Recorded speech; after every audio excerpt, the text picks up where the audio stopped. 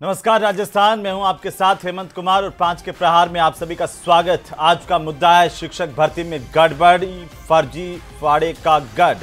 राजस्थान की सरकारी भर्तियां मेहनत करने वालों के लिए नहीं बल्कि धंधेबाजों के लिए मौका बन गई हैं। ये हम नहीं कह रहे हैं बल्कि एसओजी की ताजा कार्रवाई इसे साबित कर रही है। एसओजी ने रीट 2018-2022 में फर्जी तरीके से नौकरी पाने के आरोप में 121 शिक्षकों के खिलाफ मुकदमा दर्ज किया है। इसमें भी आश्चर्य की बात तो यह है कि 114 लोग अकेले जालोर जिले के हैं। क्या जालोर जिला पेपर लीक नकल गिरोह का केंद्र बन गया है? ये चर्चा पूरे प्रदेश में है और पेपर लीक माफिया के बढ़ते प्रभाव के आगे युवा बेरोजगार निराश हैं, जो लगातार तैयारी करते हैं। लेकिन इन भर्तियों में जब भी परीक्षाएं होती है, इसका फायदा बेरोजगारों को नहीं मिलता, जो मेहनत करते हैं उनको नहीं मिलता। बेईमान लोग इसका फायदा उठा ले जा रहे हैं। सिस्टम में किस तरीके से बेईमानों की सेंधमारी हो रही है, इसको जानकर सुनकर आप ताज्जुब कर जाएंगे। वहीं बीजेपी ने इस पर कहा कि एक एक भर्ती की जांच होगी, दोषियों के खिलाफ कार्रवाई की जाएगी। तो इसे लेकर के कांग्रेस पार्टी कह रही है कि दोषियों के खिलाफ सख्त कार्रवाई की जाए। आज का सबसे बड़ा सवाल यह है कि आखिर भर्ती परीक्षाओं में सेंधमारी करने वालों पर लगाम कब और कैसे लगेगी, इस पर आज करेंगे हम प्रदेश की सबसे बड़ी चर्चा। पहले रिपोर्ट देखिए।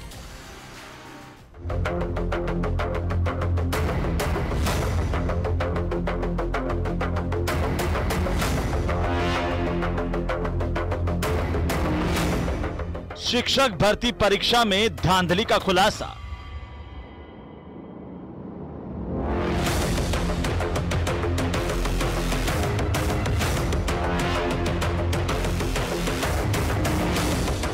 एक 121 शिक्षकों के खिलाफ मुकदमा दर्ज।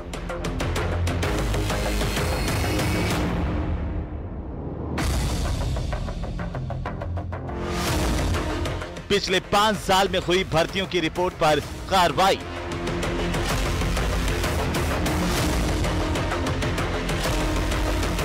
अब तक की जांच में 297 नियुक्तियां संदेह के घेरे में।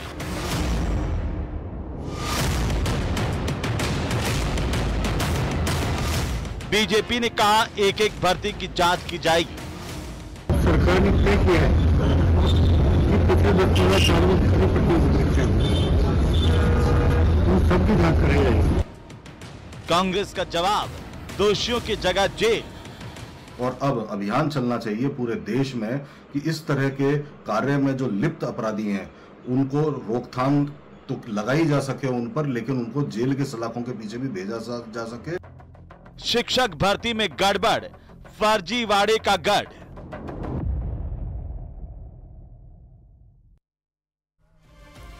तो शिक्षक भर्ती से लगा करके राजस्थान में पिछले 5 साल में हुई भर्तियों को लेकर जिस तरीके से सवाल खड़े हो रहे हैं, उससे समझ ही नहीं आ रहा कि खेत बाढ़ को खा रही है या बाड़ी खेत को खाई जा रही है। क्योंकि एक के बाद एक कई भर्ती परीक्षाएं अब लगातार उनका जब खुलासा हो रहा है तो अलग अलग खुलासे सबको चौंका रहे हैं। प्रदेश का युवा निराश है और ये सोच रहा है कि आखिरकार ये सिस्टम सुधरेगा तो कब सुधरेगा और कैसे सुधरेगा, इसे लेकर के गंभीर सवाल है। एसआई भर्ती परीक्षा 2021 के खुलासे अब तक हो रहे हैं, लेकिन मौजूदा सरकार उसे रद्द करने का साहस नहीं जुटा पाई। कुछ लोग ये भी आरोप लगाते हैं कि दोनों मिलकर के ये बेरोजगारों के साथ खेल हो रहा है। लेकिन आखिर सच्चाई क्या है? क्यों इस तरह के माफिया पर कार्रवाई नहीं हो पा रही, चाहे वो पेपर लीक माफिया हो या फिर फर्जी सर्टिफिकेट के जरिए इस तरह की भर्तियों में सेंधमारी करने वाला माफिया हो? ये लगातार कैसे बढ़ता जा रहा है? सिर्फ कुछ लोगों को पकड़ करके जेल में डाल देने से क्या ये माफिया खत्म हो जाएगा या हमारी भर्ती परीक्षाओं की पारदर्शिता, निष्पक्षता लौट आएगी? ये गंभीर सवाल है जिस पर हर कोई चर्चा कर रहा है। हमारे साथ आज की चर्चा में खास मेहमान जुड़ रहे हैं। मैं परिचय करवा दूं आज के हमारे मेहमानों के साथ। मदन प्रजापत, भारतीय जनता पार्टी के प्रवक्ता हमारे साथ हैं। सीबी यादव हमारे साथ हैं, कांग्रेस पार्टी के प्रवक्ता। विपिन शर्मा हमारे साथ हैं, शिक्षक नेता के तौर पर। अनिल गोठवाल हमारे साथ हैं, पूर्व पुलिस अधिकारी के तौर पर। महिपाल सिंह राव हमारे साथ हैं, बेरोजगार छात्र के तौर पर। आप सबका बहुत स्वागत है। सबसे पहले महिपाल जी, हम आपकी बात सुनना चाहते हैं। क्या दर्द है आज प्रदेश के बेरोजगारों में? क्योंकि एसआई भर्ती परीक्षा 2021 से लेकर के पीटीआई और उसके अलावा शिक्षक भर्ती, जिस भर्ती परीक्षा को देखते हैं पिछले 5 सालों में, उसी में इस तरह का फर्जीवाड़ा। भाई आप लोग मेहनत क्यों कर रहे हैं फिर? जी सर, नमस्कार। मेरा नाम महिपाल सिंह है। सर, आए दिन राजस्थान की चाहे कोई भी वैकेंसी हो, चाहे कोई भी भर्ती हो, उसमें हमें फर्जीवाड़ा देखने को मिलता है। अभी जहां भी फर्जीवाड़ा है वहां पर जालोर जालोर जिले का नाम भी आता है। अगर यहाँ पर जो जितने भी सर्वे रिपोर्ट है, वो सारी सर्वे रिपोर्ट कहते हैं कि जालोर की साक्षरता दर सबसे कम है, लेकिन फिर भी वैकेंसी में सबसे ज्यादा बच्चों का सिलेक्शन वहीं से ही है। इसके पीछे और कोई नहीं, सिर्फ माफिया और जितने भी पेपर लीक वाले हैं वो सब है। जी। किसान का बेटा घर छोड़ के दूर बड़े बड़े शहरों में रह रहा है, अपना खर्चा उठा रहा है। हम जैसे मिडिल क्लास लोग बड़े बड़े शहरों में बाहर जा रहे हैं, कोचिंग की फीस दे रहे हैं, वहां पर हॉस्टल की फीस दे रहे हैं और रात दिन तैयारी कर रहे हैं। हमको बेसिक से लेकर पूरा अपर तक सारा नॉलेज है, लेकिन जबकि मैंने इंटरव्यू देखी तो कुछ ऐसे जो जिनका सिलेक्शन हुआ है फर्जीवाड़े के जरिए, उनको राष्ट्रपति का नाम तक नहीं पता है। ऐसे बच्चों का सिलेक्शन हो रहा है। तो बताइए आप आने वाले भविष्य में राष्ट्रपति तो बहुत बड़ी बात है, उन्हें खुद के अपने प्रदेश के राज्यपालों का नाम नहीं पता है। ऐसे ऐसे लोग एसआई भर्ती के हम जो वो मॉक इंटरव्यू देख रहे थे वो सब एसआई बन गए। और पुराने वाले कह रहे थे कि हमारे राज्य में सब कुछ फेयर है, नए वाले कह रहे हैं कि अब तो हम जो पकड़ ही रहे हैं ना, भर्ती कैंसिल करने की क्या जरूरत है। वो ये साहस नहीं कर पा रहे। लोग कह रहे हैं ये दोनों मिले हुए हैं, अपने अपने लोग अपने अपने टाइम में फिट करते हैं और फिर कुछ लोगों को पकड़कर जेल में डाल देते हैं और बेरोजगारों को मूर्ख बनाते रहते हैं। सर मेरा कहना यही है, सरकार आएगी, सरकार जाएगी, सरकार बदलेगी, लेकिन जो बेरोजगार है वो 5 साल पहले भी बेरोजगार था, वो 5 साल बाद भी बेरोजगार रहेगा। इसका मतलब ये नहीं है कि उसमें सक्षमता नहीं है, उसमें कैपेबिलिटी नहीं है, उसमें सब कुछ है, उनकी तैयारी पूरी है, लेकिन वो पीछे रह रहे हैं 1 नंबर से 2 नंबर से, मेरिट लिस्ट से आउट हो रहे हैं। उसका कारण कि उनका पद कोई और ले रहा है। उनका पद जो ले रहा है वो ना सक्षम है, ना उन्होंने पढ़ाई की है, ना उन्होंने स्ट्रगल किया है, लेकिन उनका पद कोई और ले रहा है। इसके पीछे सरकार को पूरी से पूरी। तो महिपाल जी आपको क्या लगता है कि ये जो अभी एफआईआर 121 शिक्षकों के खिलाफ दर्ज हुई है, इसमें और भी फर्जी हैं जो बच जाते हैं जांच से? जी सर, ये जो 121 शिक्षकों के खिलाफ केस दर्ज किया गया फर्जीवाड़े का, इसमें ये संख्या बहुत ज्यादा है, आपको क्या लगता है? सर मुझे लगता है ये 121 तो मतलब बोलता है ना, खाने से पहले सिर्फ थोड़ा सा उस खाने की झलक दिखाई है, वो बात हो गई। इसमें ऐसे कई बच्चे होंगे जो अभी फरार होंगे, जो उनको सिलेक्शन कराने वाले भी फरार होंगे। मैं तो कह रहा हूँ 500 से 1000 ऐसे बच्चे होंगे जो इनसे जुड़े होंगे और इसके अंदर, लेकिन इसमें तो क्या है, कम ही आंकड़ा दिखाया है। जी अनिल गोठवाल साहब, ये भर्ती परीक्षाओं को किसका ग्रहण लग गया? और एक सरकार पहले जो विपक्ष में होते हैं वो बड़े दावे करते हैं आरपीएससी आएंगे तो बदल देंगे, इसका रिकंस्ट्रक्ट कर देंगे, ये भर्ती कैंसिल कर देंगे, ये 7 दिन में अच्छी खबर दे देंगे। ये बेवकूफ बनाने का खेल चल रहा है कि इस प्रदेश में, और अब बेरोजगार समझ रहा है, वो दुखी है। इसका इलाज क्या है सर गोठवाल साहब? देखो हेमंत जी, इसका इलाज ये जो सुधार है, जो परीक्षाओं के अंदर जिस प्रकार से सुधार किया जाना चाहिए वो अभी तक भी कहीं दूर है। मैं कह रहा हूँ नई सरकार को सबसे पहले तो ये ईयर कैलेंडर बनाना चाहिए कि 1 साल में ये भर्तियां होगी, और बिल्कुल बेरोजगारों को और जो युवा हैं उनके दिमाग में ये आया कि इस महीने में ये भर्ती है, इस महीने में, ताकि वो उस अपनी तैयारी के अंदर लग सके। साल साल भर 2-2 साल भर्तियां नहीं निकलती है, बेरोजगार ठगा सा दिखाई देता है, तो वो फिर गलत तरीके की तरफ एक कोशिश करता है कि यार ये एक भर्ती निकली है, इसको एन केन प्रकार कैसे करें। रहा सवाल इसका कि जैसे पेपर सेट होता है, पेपर जो ही किसी को दिया जाता है, वहाँ 3 या 4 जो भी पेपर सेटर है उनसे मंगा के, और जब ये आ जाता है और उसके बाद आरपीएससी या चयन बोर्ड की जिम्मेदारी है कि उसको सुरक्षित रखा जाए जब तक ये पेपर नहीं छप जाए। तो आजकल का तो इलेक्ट्रॉनिक युग है और तकनीकी युग है। आप 1 घंटा पहले भी पेपर उसको जो भी पेपर है उसको टेक्नोलॉजी के माध्यम से आप परीक्षा केंद्र तक पहुंचा सकते हो। अभी ये जो ये इसमें रीड लेवल में है, ये है स्ट्रांग रूम से पार होने वाली शिकायत है। इसमें सारे पेपर्स वहां से पार हुए हैं, वहां के लोगों को इन्होंने कहीं ना कहीं कॉन्फिडेंस में लेके पार करवाया तो कराया, लेकिन क्या है कि जो विपक्ष में रहते हैं वो बड़े जोर शोर से उठाते, सत्ता में आते सिर्फ मूर्ख बनाते हैं। अब आप देखिए कि जिनके कार्यकाल में पार हुआ उनसे तो पूछताछ तक नहीं, और हमारे नेता हंसते हैं, मजाक, उनको लग रहा है कि हम बेरोजगारों को ठग रहे हैं, बहुत अच्छा कर रहे हैं। आज तक 1.5-2 साल हो गया, पूछताछ तक नहीं हुई इन जिम्मेदारों से, क्या बात कर रहे हैं, और जांच का झुंझुना पकड़ा रहे हैं। नहीं हेमंत जी, बिल्कुल आप सही कह रहे हैं। अब ये जैसे एसआई भर्ती परीक्षा है, अब 1000 की भर्ती निकाल दी तो मैं ये कह रहा हूँ कि इसके ऊपर माननीय हाई कोर्ट को कोई ना कोई निर्णय लेके इसका कोई वो हल निकालना चाहिए। सर और ऐसा यही ही है कि छोड़िए, जब कोई एक भर्ती तो इस ऐसी लेवल होती के जिसके ऊपर आधार पर हम कह सकते हैं कि हमारा सिस्टम फुल प्रूफ है। एक भर्ती, पीटीआई भर्ती परीक्षा, शिक्षक भर्ती परीक्षा, एसआई वाले में तो और दूध वालों तक को पेपर मिल गए सर, जिनके कोई लिंक नहीं होते उनके बेटों को पेपर मिल गए, वो रील बना रहे हैं अच्छे अच्छे। छोड़िए उन इन बातों को, लेकिन बस सिर्फ अब युवा भी समझ रहा है। और अभी मुझे लगता है कि ये दूध का दूध पानी का पानी अगर ये सरकार नहीं कर पाई तो ये भी अपनी असली जगह जाएगी। विपिन शर्मा जी, जिन टीचर्स को लेकर के हमारे मन में श्रद्धा का भाव होता है, जिनसे लगता है कि हमारे बच्चों को अच्छी शिक्षा देंगे, वो खुद फर्जी है, क्या अच्छी शिक्षा देंगे सर? कानून को इतनी बड़ी कार्रवाई करनी चाहिए, आगे कोई पेपर लेने की और टिपने की इस तरह की कार्रवाई करे तो 10 बार सोचे। सबसे बड़ी समस्या, जैसा अभी गोठवाल जी ने कहा कि भर्ती परीक्षाएं होती नहीं है, एक कैलेंडर जारी किया जाए, हर साल वैकेंसी निकली जाए, चाहे 500 या 1000 वैकेंसी निकले तो इतना बड़ा खुलासा नहीं होगा। जब आप 5 साल में एक बार वैकेंसी निकालेंगे 25-30 हजार की, तो उसकी मॉनिटरिंग करना भी मुश्किल हो जाता है। जब जिम्मेदार कौन है सर? डॉक्यूमेंट्स की कौन चेकिंग होती जिम्मेदार है इसका? तो दुगने डॉक्यूमेंट चेक करने पड़ते हैं, तो उसमें भी खामियां निकल जाती है। आपकी सीटें ही कम होगी 1000, तो उनके डॉक्यूमेंट्स भी चेक हो जाएंगे। पीटीआई की भर्ती में आपने देखा सारी फर्जी डिग्री लगी हुई थी। आज शिक्षक भर्ती में हम देख रहे हैं कि इतने वो जने कर रहे हैं एक छोटा सा नौकरी, बाल अभी है। भी नौकरी कर रहे हैं। उसमें से कुछ लोग पकड़ करके जेल में डाल दिए, उनकी जमानत होके वापस आ जाते हैं और नेता आके हंसते हुए कहते हैं नहीं जी हमने बहुत बड़ी कार्रवाई कर दी है, हमारी सरकार आई तो हमने देखो युवाओं को ये कर दिया। हम क्या कैसे कर मान दिया? लें कि 114 सबको दिखाई दे रहा क्या कर रहे हो आप? ने ऐसा किया है, ये बहुत बड़ा होगा। एसओजी की इतने छोटे दायरे में पहुंची है, निश्चित रूप से एक बहुत बड़ा वर्ग इस तरह की फर्जीवाड़े में लगा होगा। तो ये अगर देखा जाए तो सरकार का फेलियर है, बच्चे का क्या फेलियर है? बच्चे तो एग्जाम दे रहे पढ़ने वाले। सरकार को ध्यान रखना है एक जिला सर जहां पर सरकार का पूरा 114 शिक्षक फर्जी लगने की बात सामने आ रही है एक जिले से, ये तो आ गई, ये तो बात सामने आ गई। और इस पे होगा क्या ये तो अभी पता नहीं है, लेकिन मैं कह रहा हूं एक जिले जालोर जिले से 114 शिक्षकों के खिलाफ मामला दर्ज हुआ। आप सोचिए कि ये कितना बड़ा नेटवर्क होगा, कितना बड़ा गिरोह होगा।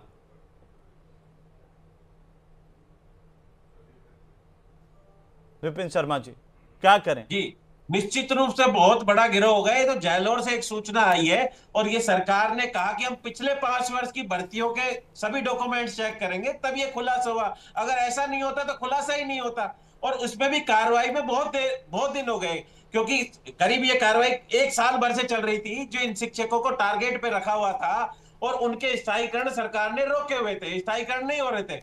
उन्हीं पे जब संशय लग गया था करीब साल भर से कि इनके स्थायीकरण रोक रहे हैं, तो इसका मतलब एसओजी कोई जांच कर रही है। अब एसओजी को लीड मिली तो आज उसने उसका खुलासा कर दिया। सर ये इनके खिलाफ अभी इतने साल बाद लीड मिली, 2018 का मामला, और ये थोड़ी जांच चलेगी, फिर माहौल बनेगा, फिर 5 साल सरकार तो कह देगी देखो हमने कितनी अच्छी कार्रवाई की, फिर 5 साल बाद एक और लीड मिलेगी कि 10 साल पहले पेपर हुआ था उसका गिरोह। कौन जिम्मेदार है? ठग रहे हो जनता को, ठग रहे हो। सीबी यादव जी, एक कोई उपलब्धि है क्या जिसमें आपने फुल को परीक्षा करवा दी या प्रदेश को बेच डाला? बेईमान जो है वो हावी हो गए। बोलिए ना, आप तो प्रोफेसर हैं सर, एक भर्ती बताइए मुझे।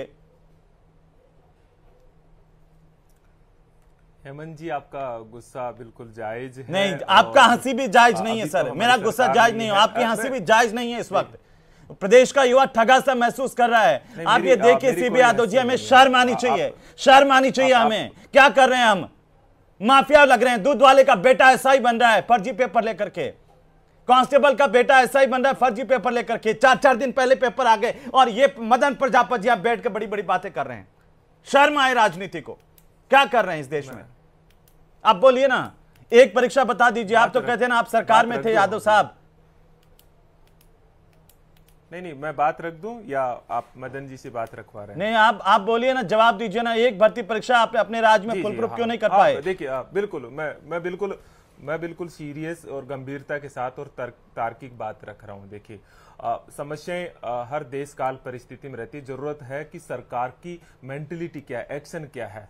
ये वोट चोरी की और ऊपर से पर्ची का मुख्यमंत्री हो, तब यही प्रशासनिक विफलता देखी जाती है। शिव यादव जी, ये मुद्दे को है ना जानबूझ के ट्रांसफर मत कीजिए। ये वोट चोरी नहीं, आप युवाओं का भविष्य चोरी करके ले गए। आप किस मुंह से बात कर रहे हैं? समझ नहीं आ रही है। अरे मैं कह रहा हूं युवाओं के भविष्य पर बात कीजिए। ये वोट चोरी नहीं, उन युवाओं से पूछिए जाकर के। शिव यादव जी, आप प्रोफेसर, इसलिए आपकी जिम्मेदारी ज्यादा। आप सोचिए आपके स्टूडेंट के साथ क्या हुआ, कहां डाइवर्ट कर रहे हैं वोट चोरी वही पर? तो बात रख रहा हूं। जी मैं वही बात भर्ती परीक्षा पर आइए। मुझे एक बताइए, जांच के नाम पर सिर्फ खुलासे, कोई कार्रवाई नहीं। सुरेश डाका जैसा गंभीर मास्टरमाइंड क्या सरकार की पकड़ से बाहर हो सकता है? ये इससे ज्यादा बड़ी विफलता क्या होगी? अच्छा, इससे बड़ी ज्यादा विफलता क्या होगी कि आपके पेपर में आपकी भर्ती परीक्षा आपके सानिध्य में आपके सत्ता पर रहते हुए पेपर पहले निकल जाए और अपने को बना दें आप हर जगह। ये फर्जी लोग कौन है भाई? जवाब तो दिलवा दीजिए। कौन है? बात पूरी छोड़िए ना। ये हमारी सरकार के खिलाफ मामला दर्ज हुआ, ये कौन लोग हैं? ये बताइए कहाँ, किससे किसने पैसे लिए हैं? हेमंत जी, अरे आरपीएससी और भर्ती परीक्षाओं की जिम्मेदारी तो आपकी सरकार की थी ना, क्या हुआ? पीटीआई भर्ती में फर्जी लग गए, शिक्षक भर्ती में फर्जी लग गए। अरे क्या मजाक है ये इस देश का? आप सोच के देखिए, शर्म आएगी आपको। बात पूरी हो जाए तो फिर मैं क्या बात पूरी करेंगे सर आप? मैं बात रख लूं? क्या बात पूरी करेंगे सीबी यादव जी? तो फिर मत करने दीजिए, आप ही बोल लीजिए। नहीं, आप वोट चोरी हो गया। अरे आपने जो भविष्य चोरी किया राजस्थान के युवाओं का, उस पर 2 शब्द बोलिए कि हमारी गलती है। हम सर झुका के आप जवाब दिला दीजिए कि एसओजी की जांच और जांच के नाम पर सिर्फ 5 साल क्यों? इसका क्या तर्क है? 5 साल क्यों? न वर्तमान सरकार की जांच न पिछली सरकार की जांच, केवल 5 साल के नाम पर केवल खुलासे बदनाम, कोई कार्रवाई नहीं, कोई बड़ा मगरमच्छ नहीं, कोई एक्शन नहीं। अब भर्ती पर जांच तो दूर की बात है, एक भर्ती निकालना, उसको ना बजेगी बांसुरी ना रहेगा बांस, ये वाली स्थिति कर दी। शिक्षक की भर्ती, एक भर्ती नहीं निकाली है। आप युवाओं के भविष्य की बात कर रहे हो, केवल और केवल खिलवाड़। इतने चुनावी वादे किए, इतने बड़े बड़े ऐड दिए, आप जवाब तो दिलवा दीजिए। हमसे पूछते हैं, एक कार्रवाई बता दीजिए। आरपीएससी का पुनर्गठन करेंगे, हमने सबसे कड़ा कानून लेके आए। इस सरकार का 1 रुपया बजट बढ़ा तो बता दीजिए, एक कोई काम किया हो तो बता दीजिए। एसओजी जैसी इकाइयों को ये कहते हैं कि हम खुलासे करवा रहे हैं, इसकी अभी तक रिपोर्ट आई है, अभी एफआईआर दर्ज हुई है, फिर क्या होगा? इनके एक मंत्री जिसका नाम कैबिनेट मंत्री, जिनके सरनेम विश्नोई जी है, चिल्ला करके स्टूडेंट कह रहे हैं कि वो ऐसा ही भर्ती प्रक्रिया में लिप्त है और उसकी वजह से रद्द नहीं कर रहे। आप जवाब दिलाइए ना। या एंकर बैठकर एंकरिंग करते रहते लेकिन कोई जवाब नहीं है। करो हम विपक्ष पर। अरे भाई, एंकर तो बैठ कर एंकरिंग करेंगे। आप बैठ के जो नेतागिरी कर रहे थे वोट लेकर के, उसका क्या नतीजा रहा? मदन प्रजापति जी जवाब दीजिए। ये 5 साल का खेल क्या है? बोलिए, वो जवाब दे रहे हैं, सुन लीजिए। कठोर कार्रवाई की, जवाब दीजिए।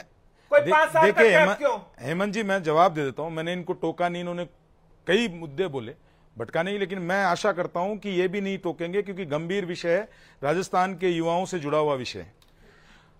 पूर्व मुख्यमंत्री अशोक गहलोत जी ने अपने 5 साल के कार्यकाल में राजस्थान के युवाओं को और राजस्थान के बेरोजगारों को खून के आंसू रुलाया है। उन्होंने, ये पूर्व मुख्यमंत्री अशोक गहलोत जी के राज के अंदर राजस्थान के युवाओं का पेपर चोरी हुआ, डकैती डली और पेपर लीक माफियाओं ने राजस्थान के युवाओं के साथ में अन्याय किया।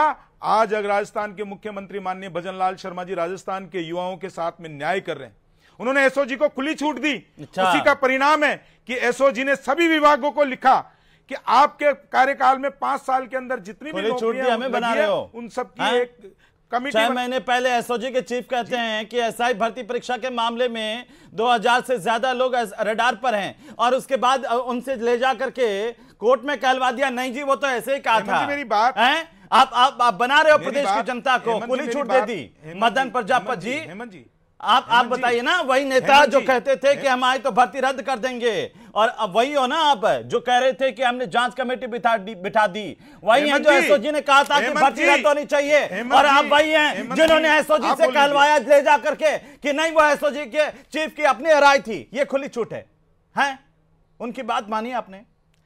हम वो हैं हेमंत जी जो राजस्थान के युवाओं के साथ में अन्याय हुआ उनका मरहम लगाते हैं। हम वो है राजस्थान के मुख्यमंत्री माननीय भजनलाल जी की सरकार, वो है 2 साल निकाल दिए तरीके से लूट करके नौकरियां पाली थी, उनको सलाखों के पीछे भेजने वाली सरकार है ये।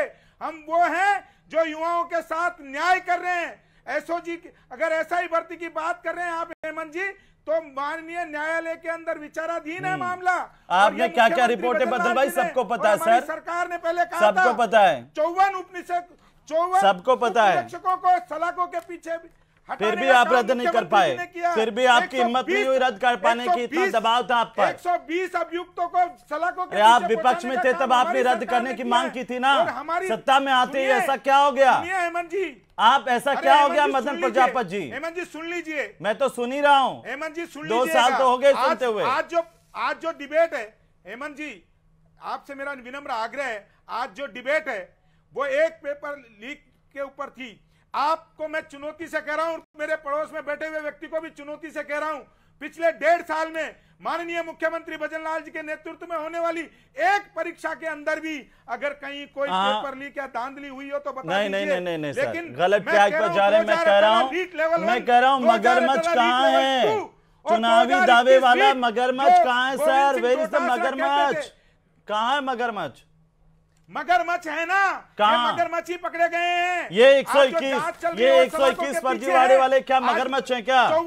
54 उपनिषदक है। ये 121 के खिलाफ जो केस दर्ज हुआ है वो मगरमच्छ है क्या? सीबीआई कांग्रेस के प्रवक्ता से 154। और सुनिए, अभी अनिल गोठवाल जी ने कहा था कि पेपर की जो है वो कैलेंडर जारी होना चाहिए, आने वाले 2 साल का कैलेंडर अगर इसी परीक्षा के अंदर जारी है, 85,000 नौकरियों का कैलेंडर जारी है, 2 साल का कैलेंडर जारी करने। अच्छा, आप उन पर आरोप लगा देंगे या आप पर आरोप लगा देंगे? सीबीआई बोलिए वो क्या कह रहे हैं मदन जी, आप पर आरोप लगा। हेमंत जी सुनिए, आरोप नहीं लगा रहा हूं, सत्यता बता रहा हूं। ये भजनलाल जी के टाइम का भर्ती घोटाले का खुलासा, डिग्रियों में 297 नौकरियां पाई थी, उनका फर्जीवाड़े का खुलासा भजनलाल जी की सरकार में हुआ है। सर, इनको जेल में डालते हो आप बाद में जमान से वापस आ जाते हैं। कुछ इंतजाम करो सर साहब। प्रजापत जी, मदन जी, अगर आपने मगरमच्छ पकड़े ना, अगर आपने मगरमच्छ पकड़े तो मैं आपकी तारीफ करूंगा। मैं आपके लिए कहूंगा आपने बहुत अच्छा काम किया। आप ही के ऑथेंटिक न्यूज बता रहा हूं मैं, हेमंत जी, काम बता रहा हूं। बोलिए सीबी यादव जी, कुछ कहना चाह रहे हैं, बोलिए सीबी यादव